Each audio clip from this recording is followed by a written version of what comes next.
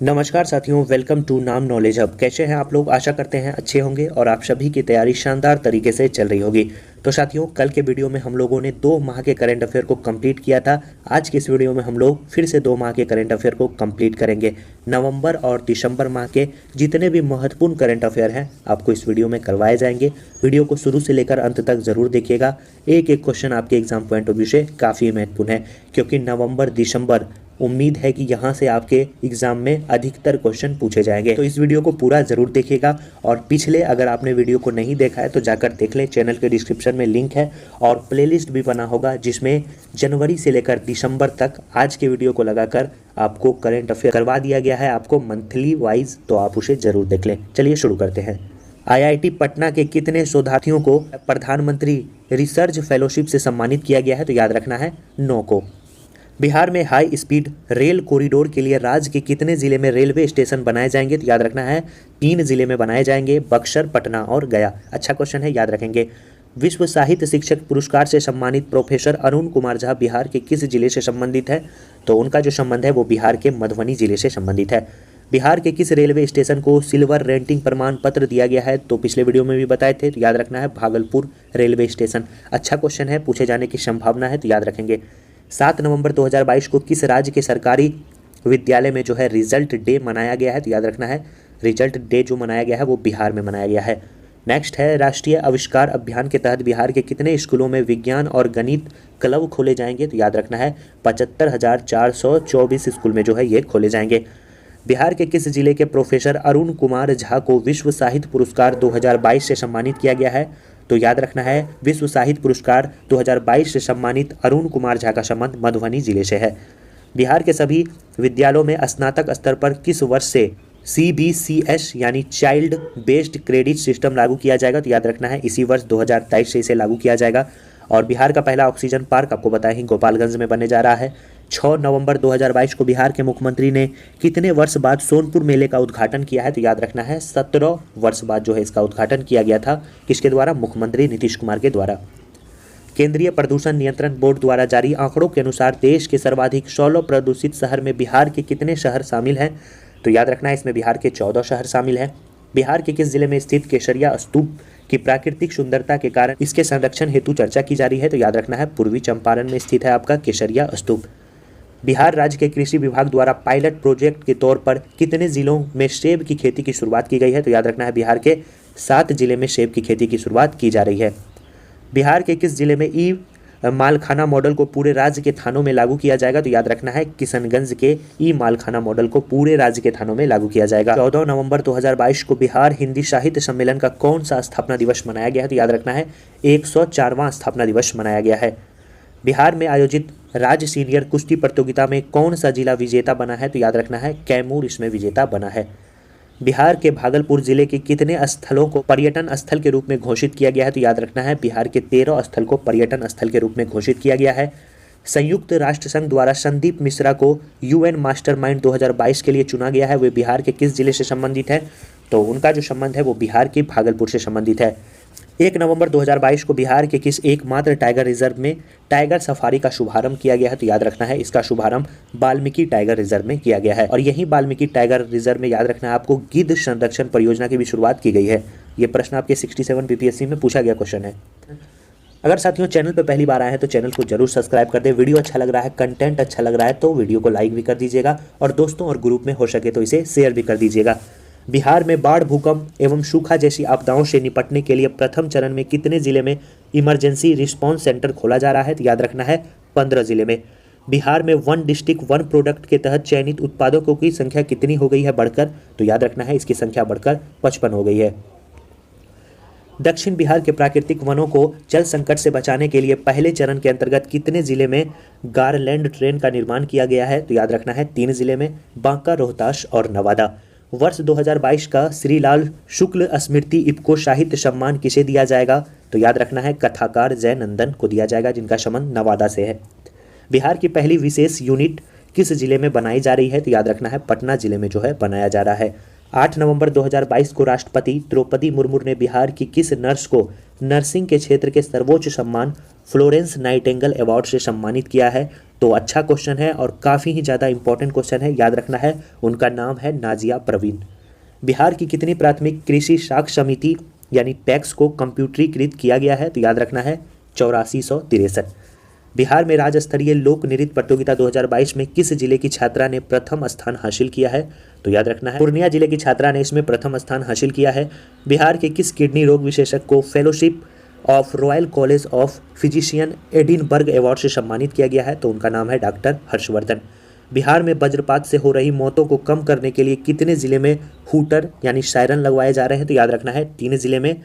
यह है आपके पटना जिला और गया जिला, साथ साथ औरंगाबाद जिला।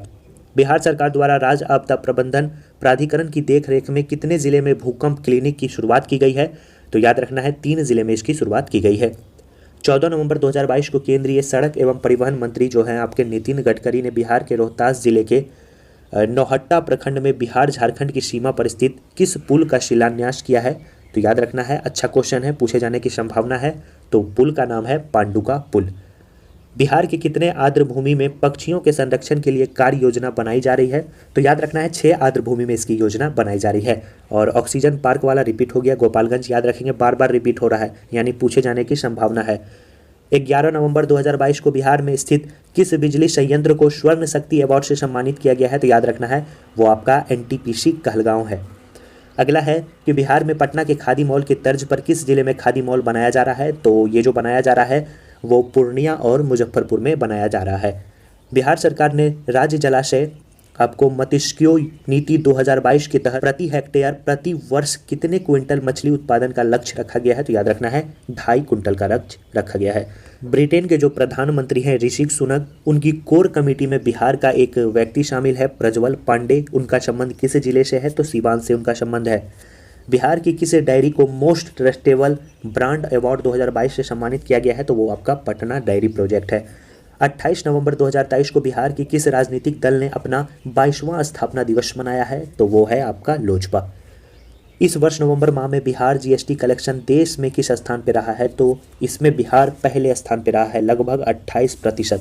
तो नवंबर माह के करंट अफेयर को हम लोगों ने कंप्लीट कर लिया। अब हम लोग दिसंबर माह के यानी 2022 के अंतिम मंथ के करंट अफेयर को कंप्लीट करेंगे। तो चलिए शुरू करते हैं। हाल ही में किस लोक गायिका को बिहार खादी का ब्रांड एम्बेसडर बनाया गया है? तो याद रखना है मैथिली ठाकुर को जो है बिहार खादी का ब्रांड एम्बेसडर बनाया गया है। और वे किस जिले के रहने वाली हैं? तो बिहार के मधुबनी जिले की रहने वाली हैं मैथिली ठाकुर।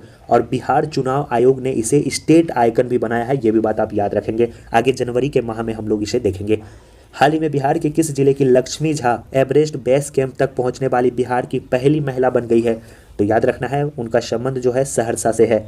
हाल ही में केंद्रीय नवीन एवं नवीकरणीय ऊर्जा मंत्री जो हैं आर.के. सिंह ने बिहार के किस जिले में 10 मोबाइल हेल्थ क्लिनिक की शुरुआत की है? तो याद रखना है भोजपुर में।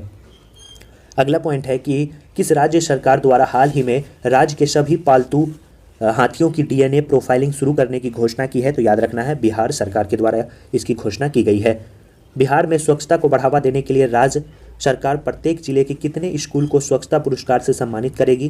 तो याद रखना है 33 स्कूल को जो है स्वच्छता पुरस्कार से सम्मानित करेगी। हाल ही में आयोजित भारतीय अंतर्राष्ट्रीय व्यापार मेला 2022 बिहार पवेलियन को कौन सा पदक मिला है? तो याद रखना है रजत पदक से इसे सम्मानित किया गया है। हाल ही में बिहार का कौन सा जिला पेपरलेस ई ऑफिस घोषित किया गया है? तो वो है आपका सहरसा जिला। अच्छा क्वेश्चन है, याद रखेंगे। हाल ही में 17वीं अंतर्राष्ट्रीय त्रिपिटक पूजा का आयोजन बिहार के किस जिले में किया गया है? तो इसका जो आयोजन है वो गया में किया गया है। हाल ही में किस विद्यालय के छात्र जो है कुमार आकाश ने साउथ एशियन कराटे चैंपियनशिप 2022 में स्वर्ण पदक जीता है? तो याद रखना है उनका संबंध जो है पाटलिपुत्र विश्वविद्यालय से है और 55 केजी भार वर्ग में उन्होंने ये पदक को अपने नाम किया है। मुख्यमंत्री नीतीश कुमार ने किन 2 जिलों में गंगा नदी से हो रहे कटाव को रोकने के लिए रोड मैप बनाने का निर्देश दिया है? तो याद रखना है भागलपुर और कटिहार। अगला पॉइंट है कि हाल ही में बिहार के किस विभाग बोर्ड ने अपना डाटा सेंटर स्थापित किया है? तो याद रखना है शिक्षा बोर्ड ने जो है अपना डाटा सेंटर स्थापित किया है और यह जो है स्टेट ऑफ आर्ट के भी नाम से जाना जाएगा। हाल ही में बिहार के अभिषेक कुमार ने 65वीं राष्ट्रीय निशानेबाजी प्रतियोगिता की प्रोन डेफ स्पर्धा में स्वर्ण पदक जीता है। उनका जो संबंध है वो किस जिले से है, तो याद रखना है पटना जिले से उनका संबंध है। हाल ही में मुख्यमंत्री नीतीश कुमार ने बेलवा डैम प्रोजेक्ट का निरीक्षण किया है। इसका निर्माण जो है किस जिले में किया जा रहा है, तो इसका जो निर्माण है वो आपको याद रखना है। सबसे कम क्षेत्रफल वाला जो जिला है शिवहर, वहाँ पे इसका निर्माण किया जा रहा है। हाल ही में केंद्रीय स्वास्थ्य और परिवार कल्याण मंत्रालय ने बिहार के किस जिले में होमी भाभा कैंसर अस्पताल के निर्माण को मंजूरी दी है, तो याद रखना है मुजफ्फरपुर। पाटलिपुत्र स्पोर्ट कॉम्प्लेक्स पटना में आयोजित 26वें जूनियर नेशनल संपर्क टकरा चैंपियनशिप 2022 का खिताब किस टीम ने जीता है, तो याद रखना है उसे बिहार ने जीता है और उप विजेता जो रहा वो राजस्थान रहा है। दिल्ली में आयोजित 65वीं नेशनल शूटिंग चैंपियनशिप 2022 में महिलाओं की निशानेबाजी ट्रैप प्रतिस्पर्धा में बिहार की श्रेयसी सिंह ने कौन सा पदक जीता है, तो याद रखना है बिहार के श्रेयसी सिंह ने कांस्य पदक जीता है। 15 से 29 दिसंबर 2022 तक बिहार सरस मेला 2022 का आयोजन कहाँ किया जाएगा, तो इसका जो आयोजन है वो पटना के गांधी मैदान में किया गया था। अगला जो पॉइंट है, न्यूजीलैंड में आयोजित जूनियर कॉमनवेल्थ चैंपियनशिप में बिहार की किस बेटी ने 6 स्वर्ण पदक जीता है। मोस्ट इंपॉर्टेंट क्वेश्चन है, याद रखेंगे, उनका नाम है कृति राज। बिहार में आयोजित राष्ट्रीय टेबल टेनिस प्रतियोगिता में किसने स्वर्ण पदक जीता है, तो याद रखना है सविता कुशवाहा ने इसमें स्वर्ण पदक जीता है। 3 दिसंबर 2022 को भारत के प्रथम राष्ट्रपति डॉक्टर राजेंद्र प्रसाद की जयंती मनाई गई। उनका जन्म जो है कहाँ हुआ था, तो उनका जन्म सीवान के जीरादेई में हुआ था। और जन्म की बात करें तो उनका जन्म 3 दिसंबर 1984 को हुआ था। बिहार के किस जिले में नबार्ड हाट मेला का आयोजन किया गया है, तो याद रखना है पटना के गांधी मैदान में इसका आयोजन किया गया है। हाल ही में कितने विद्यालयों को वर्ष 2021-22 के लिए स्वच्छ विद्यालय पुरस्कार से सम्मानित किया गया है, सही उत्तर हो जाएगा 39 विद्यालयों को। हाल ही में बिहार के मुख्यमंत्री नीतीश कुमार ने किस जिले में गंगा जल आपूर्ति योजना की शुरुआत की है, तो याद रखना है नालंदा में जो है इसकी शुरुआत की गई है। किस राज्य के तर्ज पर बिहार सरकार ने अति पिछड़े वर्ग के लिए राज्य आयोग पर समर्पित आयोग बनाया है, तो याद रखना है मध्य प्रदेश। हाल ही में बिहार सरकार ने दिव्यांग व्यक्तियों के लिए एक एकीकृत अधिकारिता योजना को मंजूरी दी है। इस योजना का क्या नाम है, तो इस योजना का नाम है मुख्यमंत्री दिव्यांग सशक्ति योजना, याद रखना है, जिसे हम लोग संबल के नाम से जानते हैं। और अगला जो पॉइंट है वो साथियों मोस्ट वीवीआई पॉइंट है। बिहार के एक क्रिकेट खिलाड़ी हैं जिन्हें आईपीएल 2023 के लिए दिल्ली कैपिटल ने 5.5 करोड़ रुपए में खरीदा है। उनका नाम क्या है, तो उनका नाम मुकेश कुमार है। काफ़ी ही चर्चा में रहे हैं, इसीलिए मोस्ट इंपॉर्टेंट क्वेश्चन बन जाता है। ऐसे भी पूछा जा सकता है कि मुकेश कुमार का संबंध जो है किस जिले से है और वो कौन सा खेल खेलते हैं, किस टीम के लिए चुने गए हैं आईपीएल 2023 में। तो सभी बातें आपको बताए हैं, तो याद रखिएगा इनका संबंध जो है गोपालगंज बिहार से है। मधुबनी जिले के साहित्यकार हैं श्री अजीत आजाद को उनके किस पुस्तक के लिए 2022 का मैथिली भाषा के लिए साहित्य अकादमी पुरस्कार 2022 दिया गया है, तो याद रखना है उनकी जो रचना है, कृति है, उनका नाम है पेन ड्राइव में पृथ्वी। मोस्ट इंपॉर्टेंट क्वेश्चन है। एक बात को आप याद रखेंगे, जो करंट अफेयर मुख्यमंत्री या उप मुख्यमंत्री के द्वारा ट्वीट किया जाता है वो ज़्यादा इंपॉर्टेंट हो जाता है, तो ये भी बात आप याद रखेंगे। अजीत आजाद को मैथिली भाषा के लिए साहित्य अकादमी पुरस्कार 2022 से सम्मानित किया गया है। मधुबनी जिले के हैं और उनकी कृति का नाम है पेन ड्राइव में पृथ्वी। आशा करते हैं आपने नवंबर दिसंबर तक सभी करंट अफेयर को देख लिया होगा। अगर नहीं देखे हैं पिछले वीडियो को तो जाकर देख लीजिएगा, सारे डाउट आपके क्लियर हो जाएंगे। और अगले वीडियो में हम लोग जनवरी माह यानी 27-28 तक जितने भी महत्वपूर्ण करंट अफेयर बनते हैं उसे लेकर आएंगे। तो मिलते हैं नेक्स्ट वीडियो में। और नोट्स लेना चाहते हैं तो इन सभी का पीडीएफ आपको नोट्स में मिल जाएगा, यानी बिहार स्पेशल कंप्लीट नोट्स है।